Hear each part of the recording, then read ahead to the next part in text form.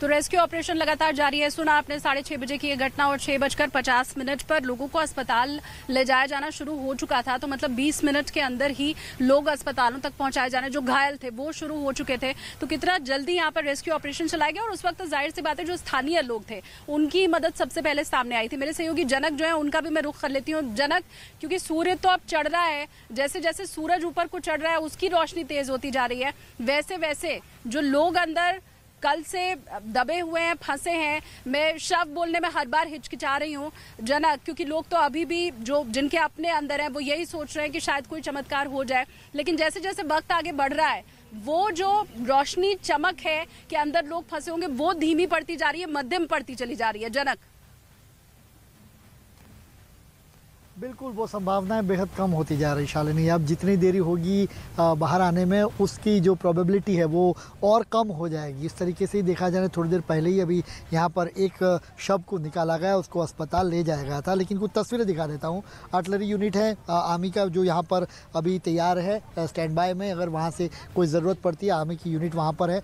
यहाँ उसके अलावा AMC यहाँ पर आर्मी का जो मेडिकल कॉर्प्स है वो भी यहाँ पर किसी भी अगर ज़रूरत आपदा की स्थिति में आती है तो मेडिकल कॉर्प्स भी के जवान हैं वो भी यहाँ पर आप देख सकते हैं। उनके इक्विपमेंट और बाकी जो संसाधन है वो साथ लेकर यहाँ पर बैठे हैं। और वहीं दूसरी ओर सामने और जो तस्वीर मैं आपको दिखा रहा हूँ वो बिल्कुल आपके सामने के छोर के आप जो उसमें मेरे बिल्कुल सामने के छोर पर हैं और दूसरे छोर पर मैं हूँ। और यहाँ पर देखिए अभी NDRF के गोताखोर और एक ऑक्सीजन की बॉटल्स लेकर यहाँ पर ये जा रहे हैं। यहाँ से लगातार इंस्ट्रक्शंस दिए जा रहे हैं और जो लगातार इंस्ट्रक्शन दिए जा रहे थे उसके आधार पर ही एक व्यक्ति को वहाँ से अंदर से बाहर निकाला गया। हालांकि उसको अभी अस्पताल ले जाया गया है, उसके हालांकि वाइटल्स काम नहीं कर रहे, ऐसे में जिंदा होने की संभावना बेहद कम है। लेकिन परिवार के लोग, आपने जैसे कहा कि एक उम्मीद ज़रूर रहती है कि अपनों की कि वो कोई चमत्कार हो जाए उनके साथ। और बिल्कुल इसी के तरीके। और अब देखिए कितनी बोट्स आपको एक साथ दिखेगी। कैमरामैन अनूप आपको पूरी तरीके से ये दिखा रहे इस इलाके, इस छोर से आपको, उसमें आपको NDRF के जो जवान हैं वो दिख रहे हैं, सेना के जवान दिख रहे हैं, ये बीच में है आपको कोस्ट गार्ड के जवान दिख रहे हैं, नेवी के जवान दिख रहे हैं, वडोदरा फायर की टीमें दिख रही है, NDRF की ये टीमें हैं। यानी कोऑर्डिनेशन, बेहतर तरीके से कोऑर्डिनेशन, और वो भी युद्ध स्तर पर इसको आजमाया गया। इसका एक डॉक्यूमेंटेशन भी, अभी एक अधिकारी कह रहे थे कि ऐसी आपदा की स्थिति में इस तरीके से पूरे सारे जो रेस्क्यू टीम्स हैं उनको इस तरीके से एक साथ मैदान में उतारना, इसका एक डॉक्यूमेंटेशन होना। अमूमन ये मॉक ड्रिल होती रहती है कुछ कुछ समय पर, लेकिन ये ओरिजिनल मॉक है। इसमें जो उनको जो कोऑर्डिनेशन हुआ बेहतर, वो उसका रिज़ल्ट रहा कि ज़्यादा से ज़्यादा लोगों को वो बचा पाए। डेथ टोल अगर 132 भी है तो वो शायद उससे पहले ज़्यादा हो सकता था अगर कोऑर्डिनेशन बेहतर ना होता और नहीं टीमें वहाँ पर इस तरीके से पहुँचती। तो ये, और जो इस तरीके से बताया कि स्थानीय लोग, चूँकि ज़िला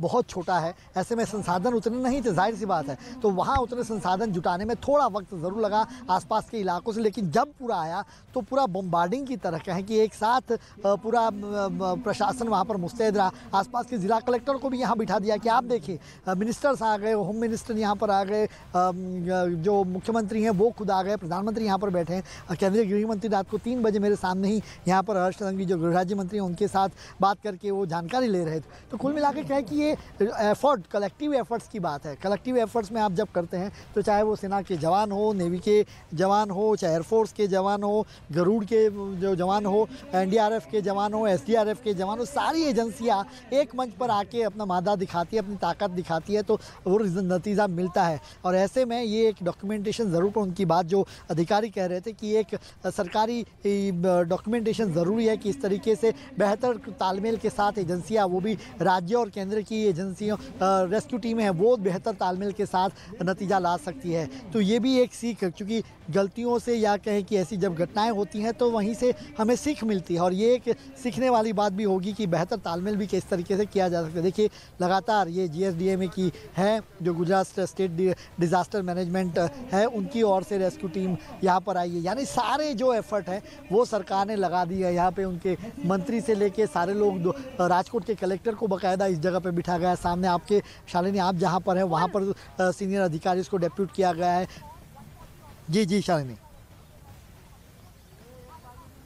बिल्कुल। और जनक, क्योंकि अभी तक रेस्क्यू ऑपरेशन लगातार चल रहा है और आप इस बीच में, क्योंकि आप अभी तो नदी के उस पार से तस्वीरें पहुंचा रहे हैं, लेकिन इसी बीच में जो सबसे गहराई वाला एरिया है नदी का, वहां तक भी आप पहुंचे थे इसी रेस्क्यू टीम के साथ। तो वो रिपोर्ट भी एक बार हम दर्शकों को दिखाते हैं, जिससे वो ये भी समझ पाएंगे कि रेस्क्यू टीम के आगे आखिर कौन कौन सी चुनौतियां हैं। देखिए रिपोर्ट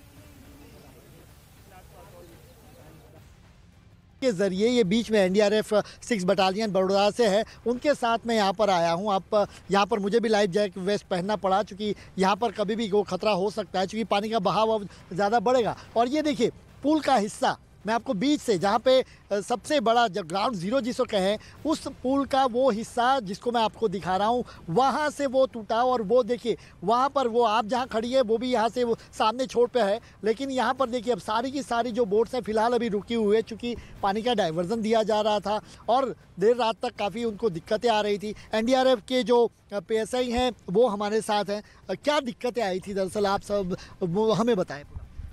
सबसे पहले तो दिक्कत यही थी कि मतलब बोट उतारने के लिए जो था नहीं मिल रहा था, फिर उसके बाद ये मिला तो यहाँ से बोट उतर गया आसानी से। फिर उसके बाद search and rescue operation start किया। तो शव वहाँ से आराम से मिले, पानी में दिक्कत हो रही थी? पानी में इतना मतलब अंधेरा है, रात का टाइम था तो इतना थोड़ा दिक्कत था, लेकिन फिर भी सर्च किया, उसके बाद डेड बॉडी मिल गया। बिल्कुल। तो अभी भी शालिनी, यहाँ पर मैं आपको तस्वीरें दिखाऊंगा। अब जरा बोट्स वो घुमाएंगे तो मैं आपको और चीज़ें दिखा पाऊंगा। यहाँ पर देखिए अब मैं हम चल पड़ा हूँ यहाँ पर मिड